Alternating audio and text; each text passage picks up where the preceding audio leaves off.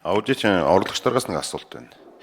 Энэ өнгөрсөн онд батлагдсан төсвүүдээс одоо сайн өнгөрсөн одоо зуны өрн дулаан цагт хийгдэх ёстой байсан ажлууд нэлээд нь хасагдж байгаа л да. Хасагдсан шалтгаанууд нь бол бараг хасагдсан нийт төсөл хөтөлбөрийн 60 орчим хувийн зөвхөн энэ барилгын зургаас болоод байгаа юм. Барилгын зургийг одоо шалгаруултыг аваад тэр зургийг хийж байгаа компани маань өөрөө жишээлх юм бол тэрбум төгрөгийн төсөвтэй сургууль цэцэрлэг дээр байдаг ч юм 2 тэрбум төгрөгийн зураг авчиад өгчихсөн. За тэрийн мэд барилгын яамчаас холбоотой танай хөгжлийн төвтэй ч байдаг ч юм уу тийм ээ. Ингээд нэг шаардлага хангахгүй зураг өгөөд шахаад байгаа ч юм уу энэ одоо тэр хувийн хвшлүүдийг ер нь шалгаж барьсан тохиолдол байна уу?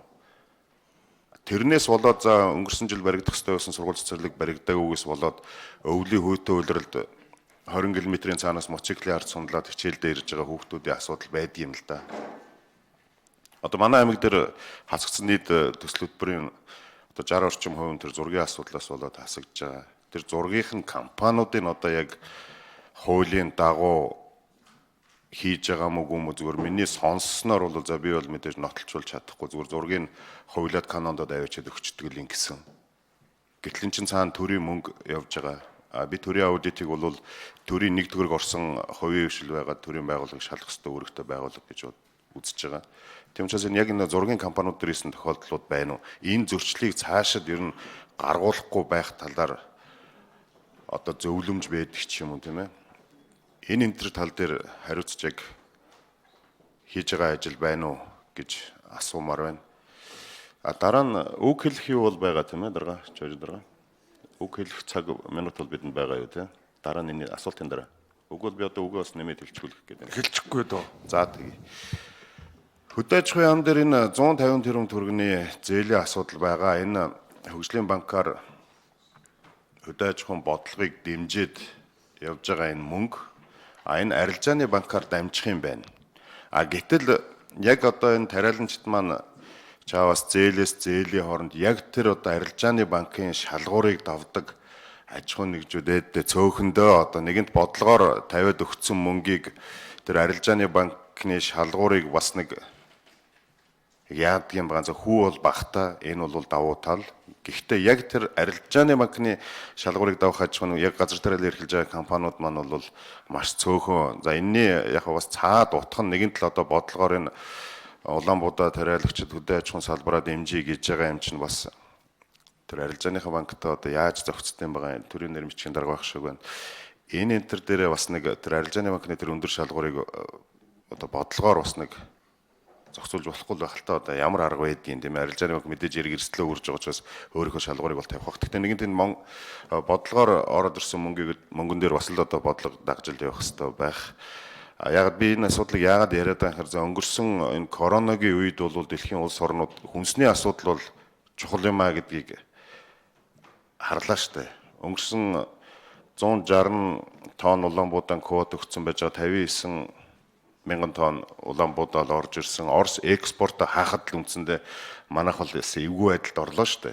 Энийний цаана ч нөгөө хүнсээ бүрэн хангах тэрний цааталд бас хүнсний аюулгүй хүнсийн хараат биш байх том бас бодлого явж байгаа. Тийм учраас бас зүгээр яг гişүүдтэй бас хэлэхэд бол яг энэ хөдөө аж ахуйн салбарыг нэг татаас аваад нэг юм хийдгүү нөхдүүд гэж бас ойлгож болохгүй. Ер нь хүнс бол альва Бакрагшанд нэг мод нэмж өгье. Энэ дээр бас хөдөө аж ахуйн яамыгаа бас манай гишүүд маань бас дэмжиж ажиллах ёстой. Одоо альва улс бол хүнснийхээ одоо хангамжийн асуудлыг өөрсдөө л санаа зовдөг болохоос дэлхийн аль ч улс орон зай Монголыг хүнсээр хангахыг санаа зовдөггүй. Ямар нэгэн байдал үүсгэхэд сая корона бол тод жишээ боллоо. Ямар нэгэн байдал үүсгэхэд бол хүн бол альва нэг тансаг хэрэглээ байдаг ч юм уу төвчж болох зардлууд байдаг юм байна л да. Машин худалдаж авахгүй, байр худалдаж авахгүй чаддаг юм байна.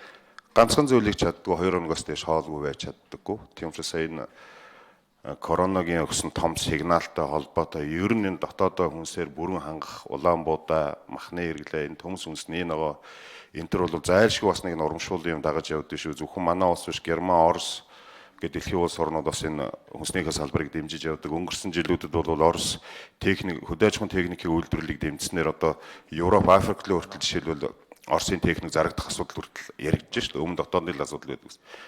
За би нэг дулаан авчиг компанидаар бодож. Одоо энэ юу байнгын орооны хурал дээр байна. За. Дулаа гэдэг. Ажлын хэсэг 2 дугаар микрофон гээ.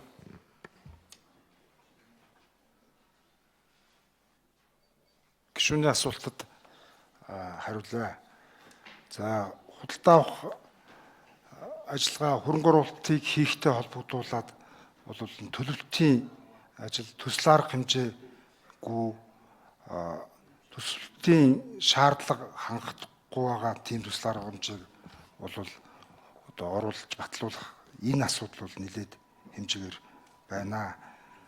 За, худалдаа авах ажиллагаа нь бол үүнээсээ хамаарат оройтч зохион байгуулагддаг.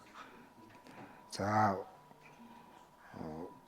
төлөвлөлтийн барилга өрсөлдөлийн үе шатны ажил зохиогчийн техникийн хяналтыг хэрэгжүүлэх одоо эрх зүйн зохицуултууд нь бол зөрчигдөд байгаа. За, улсын 2019 оны хөрөнгө оруулалтын төлөвлөгөөний 70.7% буюу 98 төсөл арга хэмжээ хэрэгжээгүй. 14.4% буюу 184 төсөл арга хэмжээний хэрэгжилт дутуу байгаа. Төсвийн хөрөнгө оруулалтын үр ашгийг бол нэлээд хэмжээгээр бууруулад байгаамаа. За, яг энийг хийхтэй холбогдоод хаана асуудал үүсэж байгаа талаар манай гүйцэтгэлийн аудитын захирал оюун гэрэл хариулна. За, Абакар гишүүний асуултад хариулъя. За, зураг төсвийн талаар бол манайх бас яг энэ хөрөнгө оруулалтын гүйцэтгэлийг хянахтаа бол зураг төсөвтэй холбоотой асуудлуудыг хянаад холбогдох зөвлөмж юмнуудыг өгөөд акт албан шаардлагыг бас тогтоогоо явж байгаа. За, төсвийн тухай хуульд бол сая хэлсэнчлэн зураг төсөвгүй төсөвлөлтийн шаардлага хангаагүй ийм төсөл арга хэмжээнүүдийг баталчаад байгаа нь бас өөрөө асуудал дагуулад байгаа. 2019 оны төсвийн тухай хуулиар бол нийт 638 арга хэмжээ ийм төсөвлөлтийн шаардлага хангасан байх ёстой шинээр хэрэгжих 19 онд шинээр хэрэгжих энэ 638 арга хэмжээнээс 100 нь одоо зураг төсөвтэй. 538 буюу 84% нь одоо зураг төсөвгүйгээр батлагдсан. Тэгэхээр энэ нь зураг төсөвгүй болон бусад төсвийн тухай хуулийн шаардлагыг хангахгүйгээр батлагдсан. Энэ нь дараагийн шатанда ийм асуудал гаргаад байна. За, дээр нь бас хоёр дахь нэг шалтгаан гэвэл барилгын үн бүрдлийн үндсэн дүрм гээд барилга хот байгуулалтын сайдын тушаалаар баталсан дүрм байгаа. Энэ дүрмийн 4-р бүлгийн 4-ийн 10 дахь хэсэгт болохоор энэ барилгын нөгөө нэгдсэн тоосонд зураг төсвийн зардалыг оруулаад баталчихж байгаа. Тэгэхээр нөгөө өмнө нь зураг төсвөө хийлэгдсэн байх шаардлагатай юм нь зураг төсвийнхаа барилгынхаа дүнд ороод явчихаараа энэ нь бас одоо энэ алдаа дутагдал гарах бас нэг юм нөхцөл бүрдээд байна гэдэг ийм энийгээ эргэж хараад энэ барилга хот байгуулалтын яамд бол энийгээ эргэж хараа гэсэн ийм чиглэлийн зөвлөмж юм гэнэ бол өгсөн байж байгаа. Тэ.